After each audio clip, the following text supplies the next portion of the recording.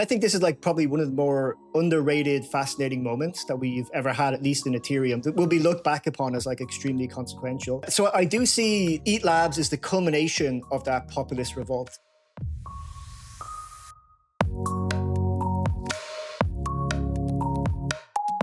Nothing said on The Breakdown is a recommendation to buy or sell securities or tokens. This podcast is for informational purposes only, and any views expressed by anyone on the show are opinions, not financial advice. Hosts and guests may hold positions in the company's funds or projects discussed. Welcome back to The Breakdown, everybody. I'm your host, David Nellis, as always. With me today is returning guest Paul Dylan-Ennis, lecturer at the University College of Dublin. Thank you so much for joining us today, Paul. Yeah, very happy to be back. Cool. So, Ethereum is the topic, and anyone who's been following this as well, there's been kind of a restructuring of the Ethereum Foundation. Not just recently, but over the past 6 months as well. And we've had now a subset of the Ethereum Foundation, quite senior, kind of split off and start another nonprofit called ETH Labs. How I started, I'm interested to how you started in your own thoughts, but I'm kind of like styling this as like a biz dev nonprofit for Ethereum, for want of a better term. And I have some ideas about what really they're trying to do. But I'm wondering before, if we could just start with your experience with the Ethereum Foundation, because like I have this tweet from the Ethereum Foundation, I think it was about this time last year. When was it? February 2025, that named you part of the EF Silviculture Society, which is described as a loose collection of individuals from outside the foundation who provide informal counsel to the EF, intending to the dark or otherwise forests in the infinite garden of Ethereum to make sure we sustain the core values of open source, privacy, security, and censorship resistance. Is that still ongoing? Like, I'm curious, like your experience with the EF to date. Yeah, many times in the past, I've had to tell people that I don't work for the Ethereum Foundation. The difference is I research the Ethereum Foundation, so that's my like a lot of my academic work has either it's mostly on like Ethereum governance, but then that also means that effectively, let's say I'm the main entity that I'm most interested in is going to be the Ethereum Foundation historically, and the Silviculture Society is effectively, I guess, a cypherpunk external advisory group. I think that's what the idea behind it is. Now, actually what happens, we're not allowed to speak about, right? So we're not actually allowed to talk about what goes on in the discussions. But I think you can kind of imagine what we're talking about. Effectively, we're when the Ethereum Foundation makes decisions, they can come to us and ask us, does this sound like something which is maybe deviating from the traditional cypherpunk values? And because we're external, and I think also it's important that all of us are like fairly independent-minded people, as in like we don't really have any vested interest. Like we're not working for any projects. Myself, working at a university, I'm a tenure professor. Like I can say what I want, including to the Ethereum Foundation, and so. That's the general idea. And so, it's still ongoing. There's still kind of questions that get asked of us every so often. But I do think that it's less relevant now than maybe it was in the beginning. So it arises around that time that there's a populist revolt against the Ethereum Foundation. So you do have this group of, say, post-ideological pragmatist people, more focused on ETH the asset, more focused on institutional adoption, and they're arguing against the Ethereum Foundation. And then they effectively get Tomasz in as a representation of this cultural faction, let's say. And that's when the Silviculture Society is inaugurated. And I guess maybe the idea is the organization going to shift too much in this post-ideological pragmatist direction? And then, the more cypherpunk-minded people in the Ethereum Foundation would be able to ask the external observers what they think of the direction. Nowadays, where Ethereum Foundation is effectively has one executive director now, which is Bastian. So Bastian is very cypherpunk. In fact, I would call him a hardline cypherpunk, like even more cypherpunk than myself, like on the spectrum, such that you could say the Ethereum Foundation has become a cypherpunk organization, actually in a way that goes far beyond that I ever actually even imagined myself as somebody who's long advocated for cypherpunk values. Even though Tomasz, he leaves. Now, why he leaves is a little bit ambiguous, but it's clearly some kind of reassertion of the like hardline cypherpunk position by the Ethereum Foundation. And Yeah, so now I feel like with the Silviculture Society, it's a little bit redundant to kind of suggest like are the decisions that the Ethereum Foundation are making cypherpunk and orientation. I think that's now like very unambiguously clear that that's the only focus that they have. That they are staying out of things. So one of the interesting changes is that they no longer, let's say, intervene in any non-crops related debates. So DeFi United, this was that big issue.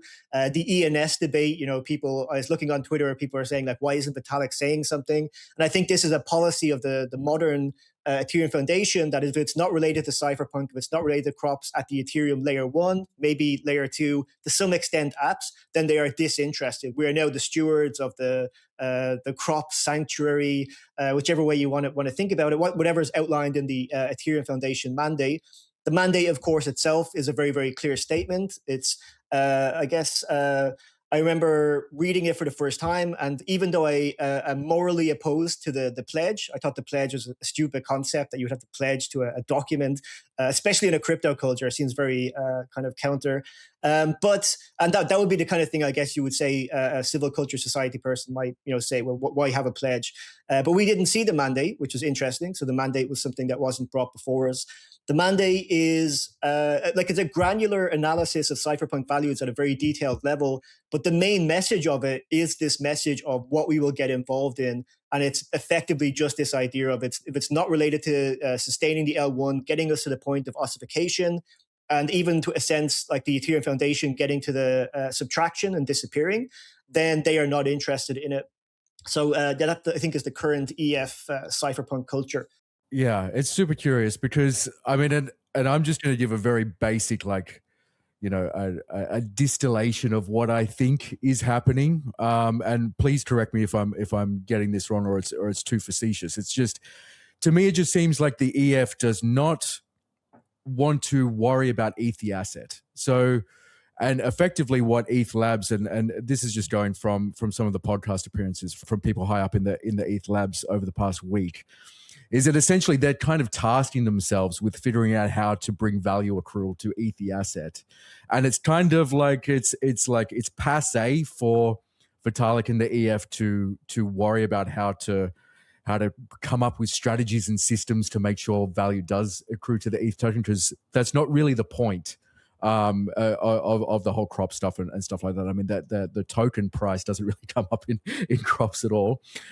So if the EF doesn't want to entertain like the different plans and plots to boost the price of ETH because it's like really cheesy and it's like antithetical to the whole public's good stuff, like how effective can ETH Labs really be in really affecting that change? Because it seems like, well, they're just going to write proposals, and because they do have a lot of high profile people behind them and a lot of thought put into that those proposals might be taken seriously, and it's kind of like plausible deniability for the EF to then kind of like either back those kind of changes or not. Is that how you're viewing this kind of split with ETH Labs and the EF? Yeah, I mean, I see them as, and I think this is like probably one of the more underrated, fascinating moments that we've ever had, at least in Ethereum, that will be looked back upon as like extremely consequential. So I do see the ETH Labs is the culmination of that populist revolt. It's if you go back to that story again, right, it is focused on ETH the asset, institutional. And then if you look at, say, and then we have Tomas's, 9 months, then he comes up against, I guess, the EF's limits around what it can do. This is also related to the treasury, right? The EF's running out of money as well, right? That's another factor in all of this. And nothing like money to force the situation. And then if you look at the people who support ETH Labs, so the names that are listed there, so Bitmine, Joseph Lubin, and then just David Hoffman, let's say, from Bankless, and all these different kind of cast of characters, Anthony Sassano, these were the people who traditionally were involved in the crypto Twitter version of that critique. So they were the ones who are calling for the EF to be more hands-on, to be more pragmatist, to be less ideological, right? Like it's fine to be cypherpunk, but actually ETH is the most important thing. And without ETH, like what's the point? And, more market-oriented. In a way, I've often thought about it as the business school faction as well. So I either use the term post-ideological or business schoolification for this kind of group of people, because it is the people that are market oriented. Like it's not just in the sense of they're obsessed with the price. They're not basic degens. They are people who believe in, say, the efficiencies of the market. In some sense, they're kind of even interested in ideas around more like centralized movement, like getting things done more efficiently by being like maybe not less decentralized, but somewhat less or somewhat more centralized in certain areas. And so that's who's backing it. So they've culminated. There's a culmination here of that revolt, where we now have, instead of a co-executive director situation, which was probably untenable, right? Trying to do this two different factions in the same leading the same organization. Instead, what's happened is they've just extracted themselves from that, and now they've got their own organization. Now, if you look at the names on the actual R&D team. So people like Casper and Ansgar, Barnaby, Julian, these are all people who are very monetarily focused. They're economically minded. In fact, most of them have involved themselves at some point in the issuance debate over the years. So in a way, you could even say this is the issuance kind of faction as well. Robust incentives group, that kind of group of people. So this is by temperament, it's effectively like a part of the Ethereum Foundation who by temperament are more suited to be working on ETH just by their natural inclination and interest in markets, monetary policy, I guess maybe is in a bit of a loose way. So I think that's roughly what has occurred. Now, in the sense of the Ethereum Foundation, I think it's very useful if we're thinking about this like strategically or pragmatically, to have this escape valve. So you can just say, well, we focus on crops in the L1. Well, we have ETH Labs. They're the ones who are supposed to be doing all the ETH stuff. So I think that's worked out really well for the Ethereum Foundation. And then from the ETH Labs perspective, we don't know enough yet, right? The documentation is relatively ambiguous in terms of like concrete plans, which I guess is natural in the beginning, right? So they probably just formed, they probably just got their backing, and they probably want to get moving as quickly as possible, which again would be in their temperament. But the list of things that they're going to focus on, like protocol scaling, it's not like radically different than the kinds of things that you would see in Ethereum governance discussion at the moment. But they do have a little bit more of an emphasis in the FAQ that ETH is going to be our focus. But that is, a little bit of a double-edged sword, because you then become the people who are, in a way, responsible for the market performance of ETH in the eyes of the community. So I guess it's a careful what you wish for situation. Yeah, I mean, it is really early, so it's so hard to even read into what the power dynamics are actually going to be, which kind of makes it frustrating. And I suppose we do just have to wait a few months to see what actually like is going to be substantively different. Because like when I listen to what the messaging is right now, a lot of it is just, well, yeah, we're an emphasis on scaling the L1. I understand that, but also it's like a rebranding of the layer 2 scaling roadmap as well.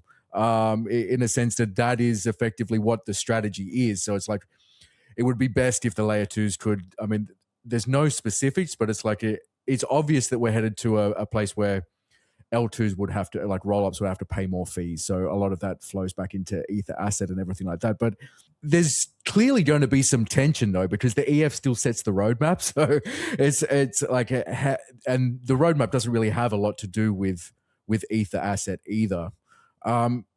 Do you see how, like, where this could break down, like this relationship between ETH Labs and EF? And I'm going to get into this as well, because I mean, who's backing ETH Labs? It is a lot of for-profit companies as well. And I know there's investors as well, but is it something that can coexist quite easily, having these two non-profits? Like, how are you viewing how easy it will be to gel these two?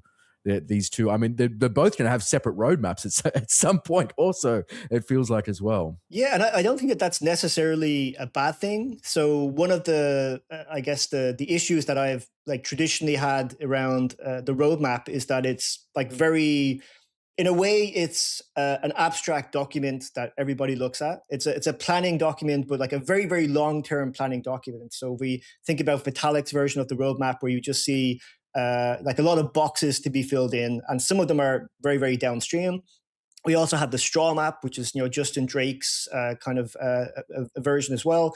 And let's say there's like a contradiction that I've always found in terms of like the emphasis. So that we talk about crops as it's being introduced. So, censorship resistance, open source, privacy, and security. If you look at those aspects that are supposed to be part of the Ethereum Foundation mandate, privacy, for example, is not like a huge part of, say, the roadmap. It's as it's currently positioned, even though lots of people in the Ethereum Foundation, like the privacy stewards of Ethereum, are working toward privacy. So there are people working toward aspects of Ethereum which maybe don't figure majorly on the roadmap itself. So you have all these different subunits which are pursuing their own interests. And I think that that's like a healthier position than everybody feeling that the EF determines the direction only. So having a competing roadmap, I don't think that necessarily would be a bad thing, even if it does cause like little clashes. In fact, I would like to see more of that. I would like to see, say, at conferences where you have representatives of different positions actually debating with each other. They used to do this at DevConnect and EthCC from time to time, but I haven't seen it in a little while. And like Ethereum events could probably use a little bit of this governance discussion drama about the long-term future of the protocol. It might be a way to bring these two competing cultures together. So there are pragmatists and there are cypherpunks, and increasingly they feel like slightly different communities, to such an extent that we have split them according to protocol and asset. So we've basically done the classic thing where people say, well, you have the blockchain and then you have the asset. But we've done that, but at a cultural level. And that maybe is something that needs to be, some kind of link between them could be introduced, would be a good direction. But I don't expect that it will be... I don't expect there to be major clashes based on the let's say the particular cohort of people who are actually the researchers and developers. There's even people on the funding list who are like part of the Ethereum Foundation. Justin Drake is on there. So it's not as, let's say, contentious as like we're like splitting away and we're going to direct in a certain direction. Now, the other thing is governance might be the most interesting place to watch. So Ansgar, I believe, is a moderator of maybe ACD. He's part of the kind of governance process. Some of the people listed in the funding as well, they're also involved in governance. That's where I would really be interested to see what happens in the all core devs call. Like, will we see factionalism? Will we see people actually begin to take serious those positions? So being the chair, being the moderator, this becomes like, historically, that's just someone in the EF is in that role. Now, there is cases now where that's not the case. So there's people who maybe were at the EF and so on. But now I think people are going to be more and more conscious about that because it becomes more of a power, let's say, dynamic. This is where the questions of capture really would begin to come in. So if I imagine there being a dispute, it will probably start in this kind of question of like how the discussion is being determined in the, let's say, more obscure governance forums that people don't pay attention to until something goes askew. Yeah, and I was going to bring that up as well, because I mean, this is my understanding of the crops thing, because there's two C's in crops, or maybe it's two R's. It's like originally it was just censorship resistance, and then it became also capture resistance. And it was like this was kind of included, I think, maybe a few days or a week after the original mandate came out. And I mean, and I'm not, I don't think this is actually the case, but if you were at the EF, very cypherpunk minded, and you were in a particular mood, and you saw a proposal come out or some kind of language come out from someone like ETH Labs that is a non-profit, so that gives you some plausible deniability that it's not just a for-profit business trying to make, say, tokenomics changes or something like that. But it is heavily funded by people who work at for-profit companies. So, you have Joe Lubin, you've got Sharplink, you've got, Consensus. That if you are spiritually offloading some of the considerations around Ether asset to this other system, and then that system is funded by a lot of capital, at what point are you being captured in response to how you design specifically like an asset as well? And I think you're right, that is where it is going to become contentious at some point. It might not in the first few months or the first year or so, you might not see it, but eventually, if you do have this resistance to pushing the value of an asset, that has to come to a head at some point. Is that what you mean by the capture resistance and and the tension around there? Yeah, one thing I will say is I don't think people at the Ethereum Foundation are like disinterested in like that they want ETH to perform well, even if it's only because of like the economic security and maybe even just for themselves. Like just they're obviously usually holders and believers. It's just that it doesn't interest them as much. You know, like if you're actually trying to like have a conversation with like a bunch of Ethereum Foundation people, then like beginning by talking about ETH is probably not your best bet. It's just it's more like a disinterest, I think. Whereas the other guys are like lit up by it. Like that's the exciting topic, you know. Now the when it comes to crops, that censorship resistance and capture resistance double name. This is a classic, I guess, Ethereum issue, which is, you know, like you get a definition and they begin changing all the time. Like, so sometimes it's security, sometimes it's secure. So for me, as an academic who researches this, it can be pretty frustrating. But I do think the capture resistance one is interesting because they define censorship resistance in the traditional sense in the EF mandate. So they say, you know, it's about transactions or should all be equal. You shouldn't interfere with downstream applications like Tornado Cash. So Tornado Cash is all over that document as an implicit topic. And then they also include this interesting part where you can be in a durable, non-competitive position in relationship to, say, if you're builders and relayers where there's only like one or two that are actually doing all of the action. So even if you're not censoring at the moment, even though some of them actually did censor Tornado Cash, but even if you're not doing it at the moment, being in a position where there's like this like no competition and you could censor is itself a kind of capture resistance. So like capture can come in different forms. It can come in the lack of competitiveness. And I like that because it's a rare competitive type argumentation, but it's like a social political capture understanding. So EF people can be interested in these kind of topics, but really when it's about like Ethereum, the protocol, that's what gets them kind of excited about it. At this point, I suspect that there's very few people in the Ethereum Foundation who are not like strategically aware of their duties. The mandate seemed to have been, it's written for two audiences. The message for us, right, as the external non-EF people is we're not working on all this stuff, right? You're going to have to do it yourself, whether you're ETH Labs, Etherealize, DeFi United, or whatever. We're going to focus on crops. But the internal message is, like, our job is to secure these properties, to make sure that the layer one is sacrosanct, and then do our best with everything else. Like we'll try, but actually all that really matters is this. And I suspect then that once they decided that we're laying off a bunch of people, we're going to be lean, but not in the way that the non-ideological pragmatists mean lean, but lean crops cypherpunks. That implies a giving up of power to a certain degree. It's an admission that to accomplish our specific goals, to be laser focused on crops and nothing else, means we have to cede ground with the other aspects. And probably, and this is one of those things where I can't know, but I just sort of speculate based on, let's say, being around the Ethereum kind of culture, the Ethereum Foundation type culture, is that they want to know who the other people are, like bringing them out and making them into an organization that's recognizable. So like strategically, ETH Labs is, and all of those names is basically like a list of everybody on the other side.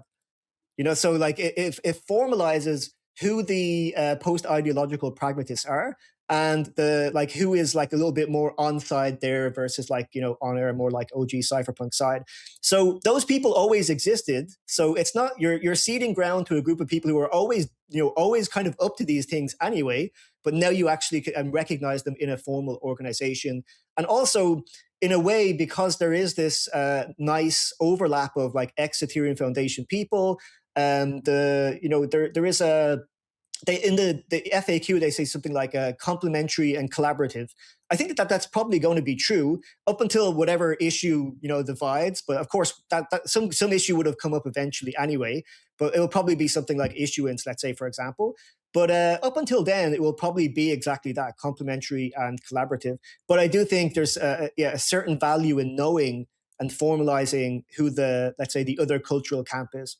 It is just always this tension between the utility of something and the market price. And so the easiest way because I'm curious, like how you consider success for Ethereum, because I think a lot of the people tuning in and a lot of the audience, and I mean just in general across crypto, is that price is the most popular way to gauge success for Ethereum. But it's like, you know, it's not like any other layer ones are really popping off right now either. So it's very, and Ethereum came before, so you have different trajectories and different cadences for those trajectories due to when these other chains launched. And so of course Ethereum is going to be in a different spot in the market compared to others because of those growth trajectories. But it's different because it's very easy to style this as fractured governance, but what you're describing is actually strengthened governance, because you do have all of a sudden a formalized additional voice, and a lack of competition is a form of capture, like you said.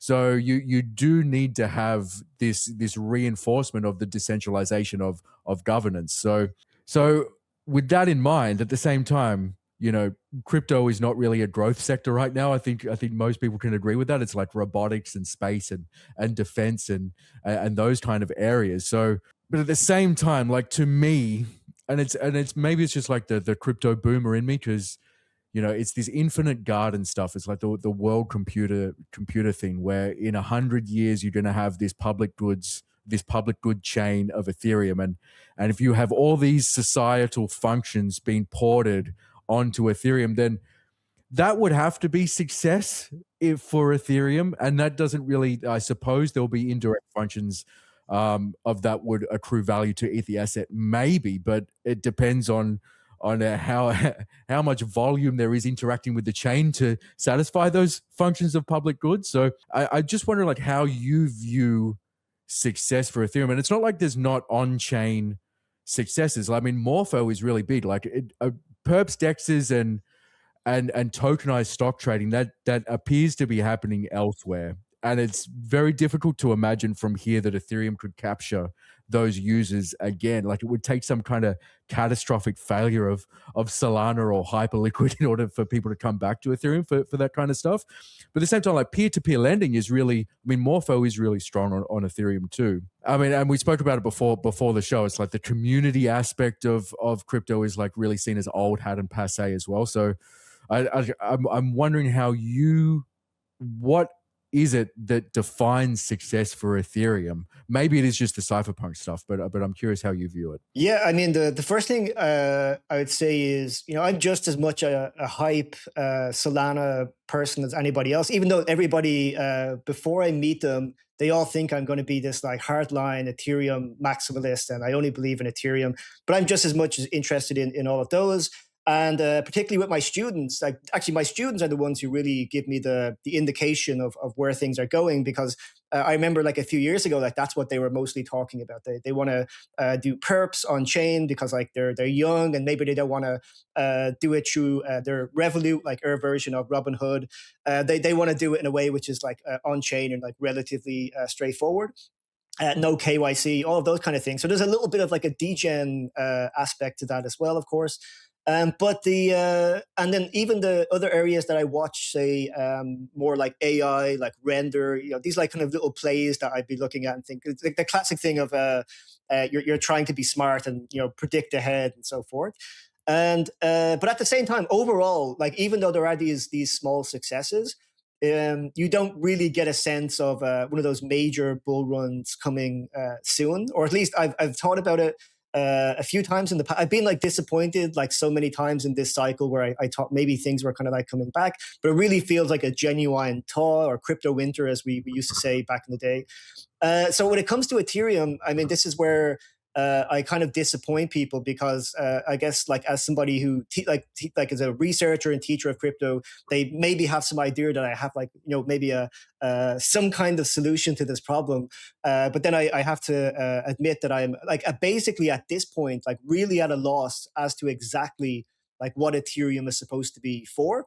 So if it's let's say the cypherpunk part, like I think that's generally, let's say amongst the old school, is in agreement that we still value those like properties of it's like the most credibly neutral chain, that it's the chain where let's say we could imagine it being a more private chain in the future. We get Kohaku, the wallet, with Railgun integrated. That's like coming soon. Maybe it'll be more secure and so forth. But there's no the sort of use case, like the exciting use case, is a little bit ambiguous, and there needs to be some new primitive. So every major, let's say, at least for Ethereum, every major upturn usually corresponded to some new primitive being invented, like DAOs, DeFi, NFTs. And then prediction markets, I guess, would have been a natural home. So you could imagine a time when prediction markets, if it had happened a little earlier, probably would have been on Ethereum, just because that was just where everything was done. But I think, it comes down to this, like some new primitive. But if I knew the answer to that, then, I'd be like a founder maybe instead, and coming up with it. My intuition is that like something I've been thinking about more, and this is not just Ethereum, but the crypto industry becoming a little bit of a subgenre of artificial intelligence. So there are aspects of crypto which do seem to facilitate, so are like understanding of GPUs and CPUs and compute, like storage, also agentic payments. A lot of that stuff, you can see there's some discovery going on around this. And I can imagine at some point, as the AI industry is presumably constantly searching around for opportunities, and like we're probably on the map somewhere. Like they're trying to figure out like how they can kind of gobble us up and make us part of their wider world, which I don't think is necessarily a bad thing. It might be bad for our egos, but it's like not like I think it's like not inconceivable that we become useful to this like much larger story, which at this point we should admit has effectively, like, the reason why there isn't so much excitement around this anymore is because there is a new cooler kid on the street. So maybe we should try to kind of like hang out with the cooler kid a bit more. It's funny. It's like, because I mean, it's just the case that crypto has been around for so long and Ethereum has been around for so long that the world has just changed so much around it.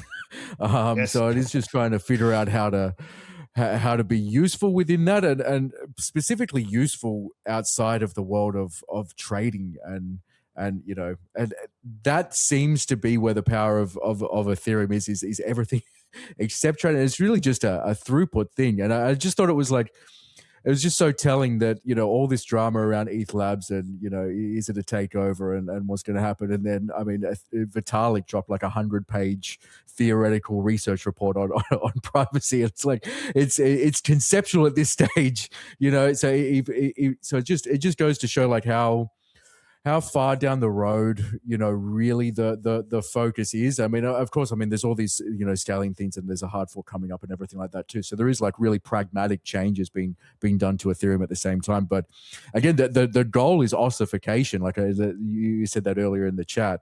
It's like, in your view, how far are we away from that ossification? Yeah, this has reminded me that, I guess that question may be one of the things that the Ethereum community should be demanding from an organization like ETH Labs, is an answer to that kind of question. Like that. Now, should there be people like at ETH Labs who are essentially just like ETH market price people? Like that would be an interesting organization, or maybe even someone whose job it is just to find like the market research on the best application. So because like the organization is effectively like a protocol roadmap organization. So when it comes to ossification, I think like maybe like 10, 15 years, something along those lines. Now, I actually don't think we'll ever really have pure ossification. It's not really possible because, ultimately any protocol, whether Ethereum or Bitcoin or Solana, is effectively a bunch of GitHub repositories run by people. So there are maintainers. At any point, you could effectively fork like the protocol and as a way to upgrade or revive it or something along those lines. So and also, I guess there would always be night watch people. So just they're kind of keeping an eye in case some bug emerges at some point. But I don't think like if it's not like 15 years is like almost like too generous, but that's probably the pace that a lot of these things will come out. I also think a lot of things will get dropped. So at some point, a lot of the more ambitious ideas will either like migrate somewhere else or just like run out of steam. And then eventually you can kind of see this in some of the recent EF discussions with that downsizing tweet, that we're just going to really focus on like a few core things. I think that will make the timeline a lot shorter and like probably get it done in about a decade. Yeah, it makes sense to me. Cool. I think we're going to leave it there, Paul. Thank you so much for joining us again. This was a great discussion, and hopefully we'll have you again soon. Yeah, for sure. Awesome. Cool. Thanks, everybody.